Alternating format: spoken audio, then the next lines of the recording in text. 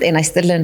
ይህ ቆይታ ከአምለሰት ጋር ነው። የዛሬ እንግዳችን አድርገን የጋበዝነው በሶሻል ሚዲያ በተለይም ደግሞ በቲክቶክ ተጽዕኖ ፈጣሪ የሆነውን በብዙዎች ዘንድ ተወዳጅነትን ያተረፈውን ከ3.3 ሚሊዮን በላይ 3.3 ሚሊዮን በጽሕ አዶናይ ኃይለ ሚካኤልን እንግዲህ እንግዳችን አድርገን ጋብዘናል።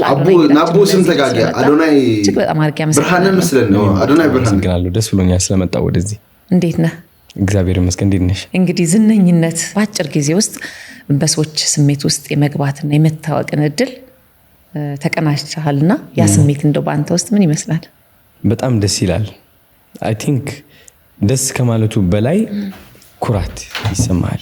የኮራብን ነው አንተ በጣም ለኮራ 13 ሰብስክራይበር ነው የሰራሁበት ነገር ስለሆነ ያለምኩት ነገር ስለሆነ ሰው በጣም ደስታና ኩራት ይሰማኛል በራሴ። ያቀድከው ነገር ነው አሁን ያለውበት ደረጃ ለመድረስ ያቀድኩት ነገር ነው። በምን መንገድ መሆኑ ኤግዛክትሊ አላወቅኩትም፣ ግን እኔ ትልቅ ደረጃ መድረስ ፈልጋለሁ የሚለው ሁሌም ህልሙ አላማው ነበረ። እስቲ እንደው ወደ ኋላ ልመልስና ምክንያቱም እቅዴ ለበላ ነገር ከውጋኩም ንሽቴ በጣም ንሽቴ ዛ ፎቶ ዚያረይዋ ዩቲዩብ ቲክቶክ ሆነ ይለዋል ሐሰወሉ ብቻ ዛ ፎቶ ዚያ ተረዳያትኩም አውረስኹን መጽርኹም ኮሜንት ጻፉ ምንም ክብል አይደል ማይሆኑ ሰዎችን እዚህ ስናመጣ ኢንተርቪው ሲደረጉ መጀመሪያ የምናስበው ያው ስኬታቸውን ነው የምናየውና አመጣጣቸው ደግሞ ዋናው ፋውንዴሽኑ እዛ ላይ ነው ያለው አይደል? ከስር መሰረቱ ነው አንድ ነገር የሚሰራው ብዬ ስለማስብ ትንሹን አዶናይ ቀኝት አድርገን እንምጣ። የተወለደ አደገ አዶናይስ ምን አይነት ልጅ ነበር? የተወለድኩት መቀሌ ነው፣ ያደግኩትም መቀሌ። ክረምት ብቻ ነበር ወደ አዲስ አበባ መጣ ነበር። አይ ቲንክ አማርኛ የቻልኩትም በዛ ምክንያት ነው። ኦኬ ወደ አያቴ መጣ ነበር ሁሌ በጣም ደስ ይለኝ ነበር። ወደዚህ ሲላ እንችላለን ትምህርት ቤትም መቀሌ ነበረ። ኤስኦኤስ የሚባል ትምህርት ቤት ነበር የተማርኩት እስከ ባንመጣም እንችላለን ክፍል ወድቄ ወደ ሌላ ትምህርት ቤት ቀየርኩኝ። ምን አይነት ልጅ ነበረ? ረባሽ ነበር ወይ? ለየት ያለ ነገር ነበረ ወይ? ያው ቤተሰብ ይነግረን የለ በልጅነት እንደዚህ አይነት ነበርክ እንደዚህ ታደርግ ነበር ትባላለህ አይደል? እስቲ እንደው ከምታስታውሳቸው ነገሮች ውስጥ አዶናይ ይህን ያደርግ ነበር የምትባለው በልጅነት ምንድነው? አዶናይ እብድ ነበር በጣም ደግሞ የሰው ትኩረት በጣም ይወድ ነበር።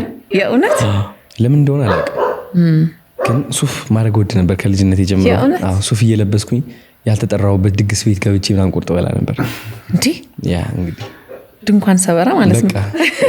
በኃይለኛው ቀጠሮ ይዤ ከጓደኞቼ ምናምን እናቀበታለን፣ ጽድት ብለን እንገባለን ምናምን እና እብድ ነበርኩኝ። አመልጥ ነበር ከቤተሰብ ጠፋ ነበር። ጠፍቼ የሆነ በቃ አዲስ ነገሮችን መንገድ ምናምን ማየት ይመቸኝ ነበር፣ ደስ ይለኝ ነበር፣ ነፃነት ነበረኝ በጣም።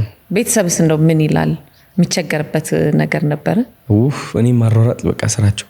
አንድ ቀን አስታውሳለሁ ከአክሱም ሆቴል የሚባል ነበርና ከዛ ጠፍቼ ነው እንግዲህ በቃ ቤተሰብ ሙሉ ቀውጤ ወደ ሀብታም መካኑ ፍሉት ይገቡ መሬት ነው ቼክ የሚያደርጉት ነው እንኪ ወድቄና ምን የሆነ ቦታ።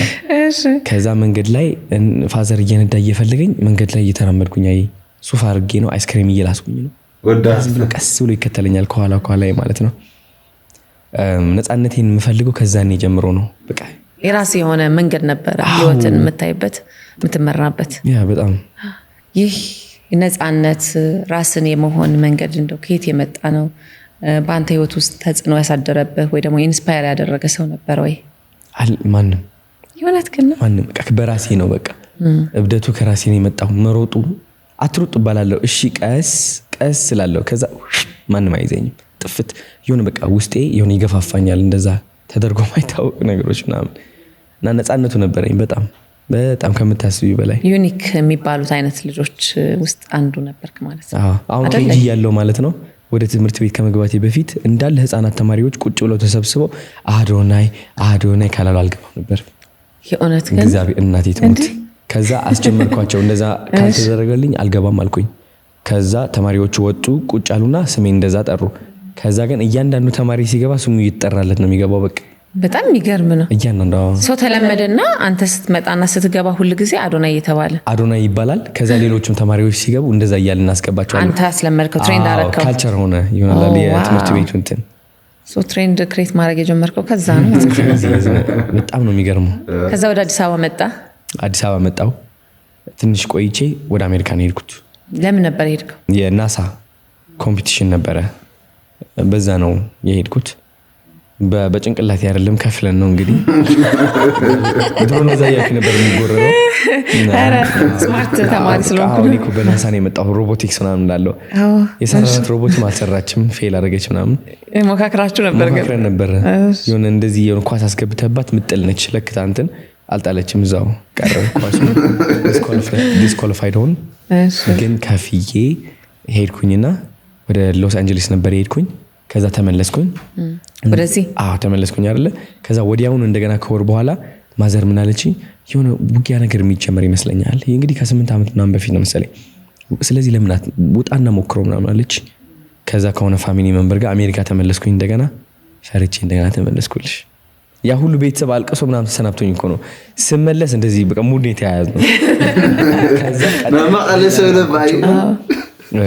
አላመኑኝ ይመለሳል ብሎ ሲያቅፉኝም ለራስ ዝም ብሎ በቃ ተመልሶ ደግሞ ለኔ አላለቀሰም በተለይ ወንድሜ አላለቀሰም ተርቤዋለሁ ስመለስ አንተ እንዴት ነው ያለቀስከው ምናምን ከዛ ሶስተኛዋ ላይ ግን በዛው ቀረው ጠፋው ምን ያህል ቤተሰብ ነው ያለ ስንተኛ ልጅ ነህ እኔ አንደኛው ትልቁ ነኝ ካንተ በታች ስንት እህቶችና ወንድሞች አሉ ማለት ነው ከኔ በታች I think 8 ስለዚህ ሮል ሞዴላቸው አንተ ነህ ማለት ነው በጣም definitely እንደው እንዴት ነው ታላቅ ወንድም ለነሱ አራያነትን የምታሳየው በምንድን ነው ትቀጣቸዋለህ ትመክራቸዋለህ እኔ እንኳን በመቅጣት አላምንም እኛ እንግዲህ እንደ ባህል በመቅጣት እናምናለን ከትምህርት ቤቶችም ጀምሮ እኔ እማምነው ምሳሌ መሆን ነው ምሳሌ ሆኖ መገኘት ተጽዕኖ መፍጠር እነሱ ላይ አሁን በጣም ኮንፊደንት ነች እንደዚህ ፖድካስት ላይ ቀርባ ሰዎች ያሉበት ምናምን እየመከረች ነበር በቃ እናንተ አሁን እንደዚህ ማድረግ አለባችሁ መጸለይ አለባችሁ ስትናገር ደግሞ እጇ እንቅስቃሴዋ ምናምን ሁሉም ነገሯ ብታዩ አለ ቲክቶክ ላይ ተለቀዋል በጣም ቫይራል ሆኖ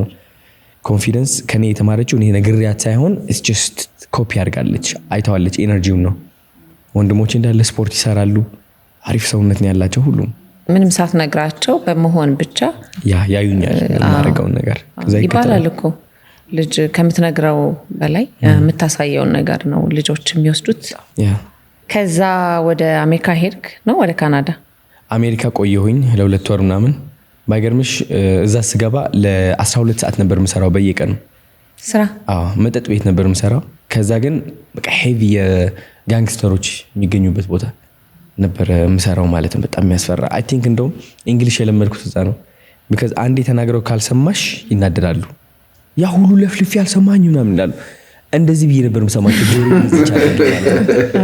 ከዛ የመስማት አቅሜ ዳበረ ምናምን ለ6 ቀናት ነበር የምሰራው 12 ሰዓት ሽፍት ረጅም ሰዓት ነው ምንም ግን አንክናገር ሞራል ይልካ በጣም ይሰማል ያው ምናምን ጠበቃ ከጓደኛዬ ጋር ነበርኩኝ ጠበቃ አናገርኩኝ እድል ይሆናል አሳይለም ጠይቄ አሜሪካ እንድቆይ የዛኔ ዶናልድ ትራምፕ ነበር መሰለኝ ምን አለኝ ጠበቃው ያንተ ኬዝ እንኳን አይሆንም የጓደኛዬ አሪፍ ኬዝ ነበረው አሳይለም ለመጠየቅ ይቀበሉሃል አለው የኔ ግን ያንተ ግን ከባድ ነው ዝም ብለህ ሌላ አማራጭ ብትፈልግ ይሻልሃል ምናምን አለኝ ካናዳ ብሄድ ይሻለኛል ምናምን አልኩት እንደ አንድ ህግ ሰው ደግሞ ከበደው ማማከር ይሄን ነገር ኢሌጋል ባይሆንስ አይደል ያለ ፍቃድ ስለሆነ ህግ የለውም መሻገር ከአሜሪካ ወደ ካናዳ እኔ አላቅም ያንተ ጉዳይ አለኝ ከዛ ወደ ካናዳ ለመሄድ የወሰንኩት ማንም ሰው ነግሮኝ አይደለም እንዳለ አሜሪካ የነበሩ ሰዎች አሜሪካ ኮንሽ የምትበልጠው አረቶ ስተታት ስራ አረ እንዳጠፋ ምናምን ተብያለሁ ከዛ ግን ዩቲዩብ ገብቼ መንገድ እንዳላወኩኝ እሷን ተከትዬ ነው ወደ ካናዳ የተሻገርኩት ማለት ነው